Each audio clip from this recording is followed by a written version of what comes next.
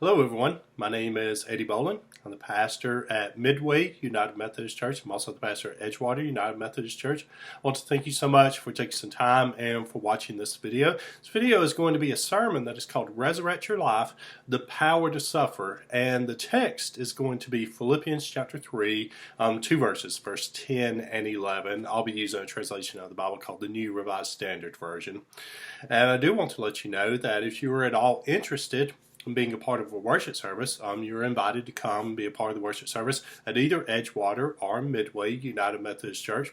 At Edgewater United Methodist Church, we meet for worship in the sanctuary at 9:20 a.m. And at Midway United Methodist Church, we meet for worship at 10:45 a.m. in the sanctuary. There are a couple of things that I'd like for you to consider if you're thinking about coming and being part of either one of those worship services, or maybe even both of those worship services. There are a couple of things that we're doing as we continue to do everything that we can to make sure that everyone is healthy, everyone is safe as we attend worship and as we come together as a group of people. You'll be required to wear a face mask the entire time. That is a mask that covers your mouth as well as your nose. This is both inside and outside. That's on the sidewalk, parking lots. Also, and the entire time that you're inside. Also, you'll be required to maintain social distancing, at least 6 feet. 10 feet is really good, but at least 6 feet between people that you do not live in the same household with. And you'll notice that we are not, there's a lot of common touch surfaces and areas where we're not really doing that. You'll notice offering plates aren't really passed around. Also, there is extra cleaning, there's extra sanitizing that's happening on all of those common touch surfaces. And as always, if you are considering coming and being a part of either one of those worship services, take a moment to check your own health. Make sure you do not have a fever. Make sure that you're feeling healthy enough to come and to worship. But again, Edgewater United Methodist Church meets at 9:20 a.m. on Sunday mornings, and Midway United Methodist Church meets at 10:45 a.m. on Sunday mornings. Well, this series that really started after Easter, and this is going to be the final sermon in this series called Resurrect Your Life. And the whole time I've been preaching this series. This is the fourth sermon, so fourth week after Easter. And the entire time that I've been preaching this series called Resurrect Your Life, I went through the process of having my second COVID vaccine. I got the Pfizer vaccine, and so I went through that process of getting my second dose. And what do you know about the second dose? Maybe you've had it, maybe you've heard other people who have had it, but what does a lot of people, what do we know about the second dose, especially the second Pfizer dose? Well, stories that it will make you sick, stories that it can make you really sick, stories that it can really throw people for a loop. And the thing about it is I've seen it. I mean, I've seen people that have gotten really sick from their second dose of the COVID vaccine. Also, know that it can just can hurt your arm, just all kinds of things that can come out of it. And so leading up to the second shot, I gotta tell you, and thinking again about, these whole, not only preaching, but this is resurrect your life. I think this is important. This is one of the things that that I'm trying to do in my own life, that I'm trying to put into practice in my own life. And so leading up to that second shot, and even for 3 days after I got that second shot, I was thinking, is this something that's going to make me sick? And most likely it is going to make me sick. So how sick am I going to be? What is it going to be like? Is it really going to be as bad as some people have said? And so I go in, to get my second shot, and I'm sitting down, and I'm sitting there with the nurse, got my sleeve already rolled up, my sleeve's already pushed up, it is rolled up. And then she starts going through, this protocol that I'm sure that many of you have went through, this same kind of protocol and everything like that. And she said, so you've had your first shot? I said, yes, ma'am. She said, no problems, no issues. I said, no, not whatsoever. And I said, in fact, in my first one, no soreness, nothing like that. There was nothing about it like that. And then I said, and the second one, smiling, my own nervousness. I said, the second one, that's going to be the same way, right? And it just kind of looked. She said, well, this. You can drink plenty of water, and you can take ibuprofen, and you can take Tylenol. And so I did that. So I got the second shot, and it really was. It was a great shot. I mean, it went in, didn't even have that kind of stinging prick that was there. And so it went into my arm, same arm, both of them on my left arm like that. And it was for 3 days. I mean, for 3 days, I was just sitting on the edge, and I was doing this, and I was thinking, great. You know, once I got to the end of that third day, then it's like, wow, this is really good, you know. And so I just recently did this, got my second shot. I'm still in that window. It hasn't been 2 weeks yet like that. But so I went through the shot and everything like that. And again, this week, getting ready, resurrect your life, reading this letter that Paul writes in Philippians chapter 3, this power to suffer. And then you know what happened? I got sick. It's not from the shot, but what I did is I got sick, and it's from all this stuff that I've got a window right here. It's all this stuff that's blooming around outside. It's the flowers that are starting to bloom out. It's all those pine trees that are probably 25 feet from my back door. It is all of this, all the grass that's starting to bloom, all those weeds that are popping up and everything like that. And this week, as I've been working and as I've been putting the finishing touches on this message that I'm going to bring to you, I've felt awful. I mean, I really have. I've felt terrible. Not from the shot, not from the dread of the shot, but it's made me even more evident of what it is to suffer, and even what it is to imagine, you know, what suffering is going to look like. Now, as I said earlier, we have been talking for several weeks about resurrecting our lives, and what does that mean? And you know, I preach to me as well as I do when I'm sharing through videos and when I'm sharing in church like that, because what does it mean for us to really resurrect our lives, to grab a hold of Jesus' resurrection? And one thing that is fundamental in my life is that at the resurrection of Jesus, our world fundamentally changed. Paul captures this wonderfully throughout the New Testament in several letters, but one that I've been holding with me and one that I've invited you to reflect on each week is Ephesians chapter 2, verse 6 in the New Living Translation. This is what the Apostle Paul says, and it's been the guidance that I've used for this whole series that is called Resurrect Your Life. And this is what Paul is talking about God. For he has raised us from the dead along with Christ and seated us with him in the heavenly realms because we are united with Christ Jesus. It's the key verse. It's the key, really is. Those are the key words. For he has raised us from the dead along with Christ, has seated us with him in the heavenly realms because we are united with Christ Jesus. Emphasis in almost every sermon is that we are raised up. That's what I've made. That emphasis I've made all the way up to this sermon right here is that we are raised up right here, right now. We are raised up eternally at the end of our lives here on this earth. So this is what God is constantly doing in our lives because of the resurrection, because of what happened in Jesus' life. And today what I want to do is I want to focus on something that I've just shared with you as I was introducing this sermon, and it's something that's been in the back of my mind during this week, and well, at least for 2 weeks during this series, and really, you know, just thinking about that second COVID vaccine, it's been in the back of my mind. If I'm really truthful with you, if I'm really honest with you, it's been in the back of my mind a good bit. The potential of getting sick from a shot. And also now, as I've went through this week, the reality of really getting sick, all the trees, all the flowers, all the grass is blooming and growing all around it. But what does it mean? What does it mean to resurrect our lives when we are sick? What does it mean to resurrect our lives when we are afraid? What does it mean to resurrect our lives when we are enduring suffering that has no end in sight? Or what does it look like if we're resurrecting our lives, allowing God to come in and just completely raise us up, like Ephesians chapter 2, verse 6 says that God is doing? What does it mean to resurrect our lives when we're having a bad day?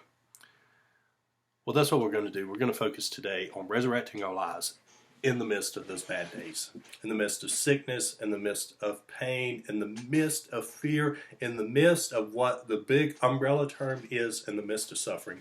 I want to give you one more verse. you've got that verse that is Ephesians chapter 2, verse 6. New Living Translation, they really nail that verse. For he has raised us from the dead along with Christ and seated us with him in the heavenly realms. It's not something that you have to wait till you die. It's not something that you have to wait till the end of your lives. That is, if you allow God, God will raise you up right now because of the resurrection. This is the power that God has unleashed in this world. This is what it means to have the power to suffer. Philippians chapter 3, this is another letter. Paul, like I said, he captures this idea about the resurrection and what has happened after the resurrection of Jesus. He captures it beautifully. Philippians chapter 3, verse 10 and 11. That's the New Testament. It's a New Testament letter. This will be from a translation. It's called the New Revised Standard Version. I want to know Christ. That's what Paul says. I want to know Christ and the power of his resurrection and the sharing of his sufferings by becoming like him in his death, if somehow I may attain the resurrection from the dead. Now, before we dive into this verse, and before we get into Paul's teaching here, I want to share with you a story that actually it's another story. It came from this week. It came from this week in Bible study. It's a story that comes out of the book of Acts, New Testament. It's the New Testament book of Acts. And on Wednesdays, that's what we've been doing. We've been gathering on Zoom. We've been studying the book of Acts. Coming close, we're getting to a place in Bible study. And if you'd like to jump on that, if you'd like to join in that Bible study, just send me an email, send an email to the church. Be glad to send you that link out, put a comment, however you're watching this video, and we'll be glad to send you a link to a Zoom Bible study. It happens every Wednesday at 6 p.m. But what we did is we were taking a look at Acts chapter 21, Acts chapter 22. We're getting close to the end of the book of Acts.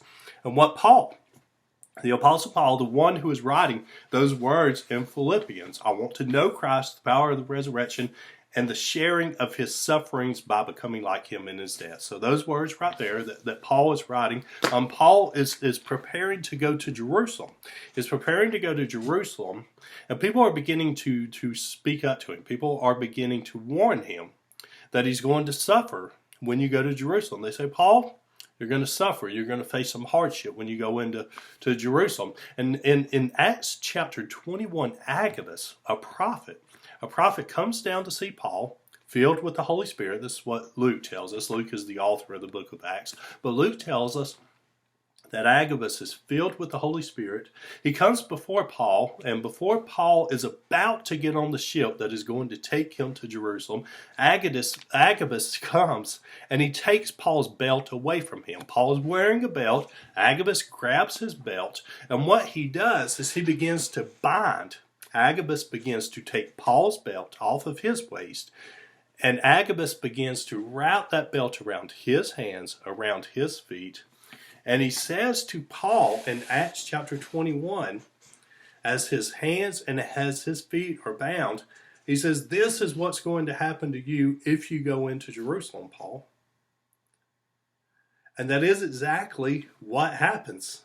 As Paul goes into Jerusalem, he faces some conflict with the crowd. People begin to talk. They begin to spread some rumors about him. But in Jerusalem, Paul is bound.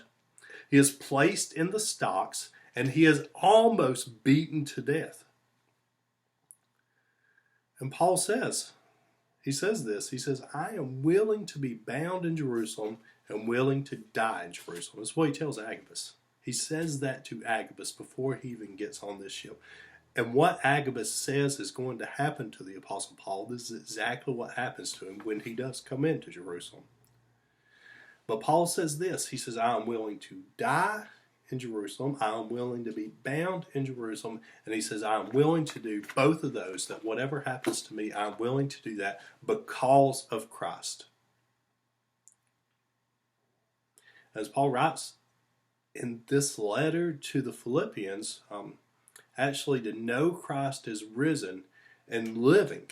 That is, to know that Jesus Christ is not in a tomb, Jesus Christ is not dead, but to know that Jesus Christ is risen and living is to have a power to suffer like him and for him, and to possess a sure hope of rising and living with him. You see, that's the power that comes through suffering. That's the power that propels Paul to get on board that ship and to go into Jerusalem, even in the midst of this rather dramatic, symbolic gesture that Agabus has done, who has said, this is what's going to happen to you. This is what you're going to face. Paul, in this same letter to the Philippians, in Philippians chapter 1, verse 21, Paul will write this. He will say, for to me, living is Christ, and dying is gain. Now, I just want to offer you those words like that, and I want to share with you and express to you is not because Paul is eager to suffer or to experience death like so many martyrs that are before him have experienced, but Paul knows the power of suffering like Jesus. Paul knows the power of suffering also for Jesus. And in fact, Paul describes a personal weakness. He will describe a personal weakness or a personal affliction that he had throughout his life that he suffered with for many years. And Paul will talk about this. He will say, I had this, he describes it as a thorn in the flesh. And he says, you know what? I had this thorn in the flesh. And he describes these personal times that he prayed, these times that he goes to God and he prays. And he said, I asked God to remove it. Each time I ask God to remove this thorn in my flesh, this affliction. There's a lot of mystery surrounding what that particular affliction is. Paul is very clear that it was an affliction that he suffered from, but he doesn't really, we don't know exactly what it is. Like I said, there's a lot of theories around it, but we know that it bothered him enough that Paul would bring it to God and say, please remove this from me. Take this thorn from my side. And in fact, you've probably heard a phrase that's called, it's my thorn in the flesh. It comes from the Apostle Paul. It's where that phrase comes from. But he says that as I prayed over and over that God would remove this from me, another place that Paul writes, a letter to the Corinthians, 2 Corinthians chapter 12, verse 9, this is what Paul said. This is what I heard from God. My grace, God's grace, my grace is sufficient for you, for power is made perfect in weakness. And I just wanted to bring those kind of verses up in front of you to just say, you know what? This doesn't really make sense. My grace is sufficient for you, for power is made perfect in weakness. For to me, living is Christ, dying is gain. Or again, I want to know Christ and the power of his resurrection, the sharing of his sufferings by becoming like him in his death. The power of suffering, really? Doesn't make sense to say that power is made perfect in weakness. It doesn't make sense that God's Son, Jesus, would hang on a cross and die between two criminals. It doesn't make sense until Easter Sunday morning when God raises Jesus from the dead. And on Easter Sunday morning, that when God raises Jesus from the dead, God completely changes the first century world, that world that was more than 2,000 years ago, the world that the Apostle Paul is living in, the world that the Apostle Paul is writing in, but also completely and fundamentally changes our world too. To know Jesus as risen and living is to have the power to suffer like him. To know Jesus as someone who is risen from the dead and continues and is alive right now is to have the power to suffer like him. And what Paul does is Paul grabs onto it and says, yes, this is it. That there is a power in suffering because Jesus is living. And because Jesus is living, to know the power of suffering is to know that God will raise us up over and over again to live and to walk with him. You see, that is what God does in our lives, is that God over and over and over again will raise us up so that we can live another day, so that we can walk another day with Jesus Christ. It is a faith that really comes and is solidified in Jesus' resurrection from the dead.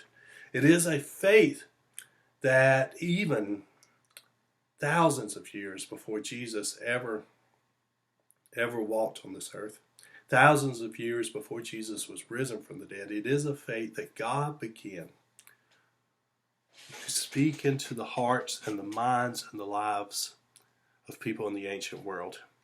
And it is a kind of faith that no matter what we experience in this world, whether it's the dreading of a shot that has the potential to make us sick, or whether it's actual sickness from allergies that come, or whatever the suffering is that you may find yourself in right now, there is a power in suffering because of what God is doing in your world and in your life.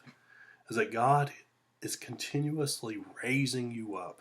That's the power of suffering, is knowing that God is raising you up. And it is a power that even before that moment of the resurrection is that hoped for power that will be the kind of reality that all of us are able to experience now. Because it is the power of knowing that God, well, is a shepherd that is there wanting to raise us up over and over, that will lead Psalmist David to write these words in the Hebrew Scriptures. These words of Psalm chapter 23. The Lord is my shepherd, I shall not want. He maketh me lie down in green pastures. He leadeth me beside the still waters. He restoreth my soul. He leadeth me in the paths of righteousness for his name's sake. And yea, though I walk through the valley of the shadow of death, I will fear no evil, for thou art with me. Thy rod and thy staff, they comfort me. Thou preparest a table before me in the presence of mine enemies. Thou anointest my head with oil. My cup runneth over.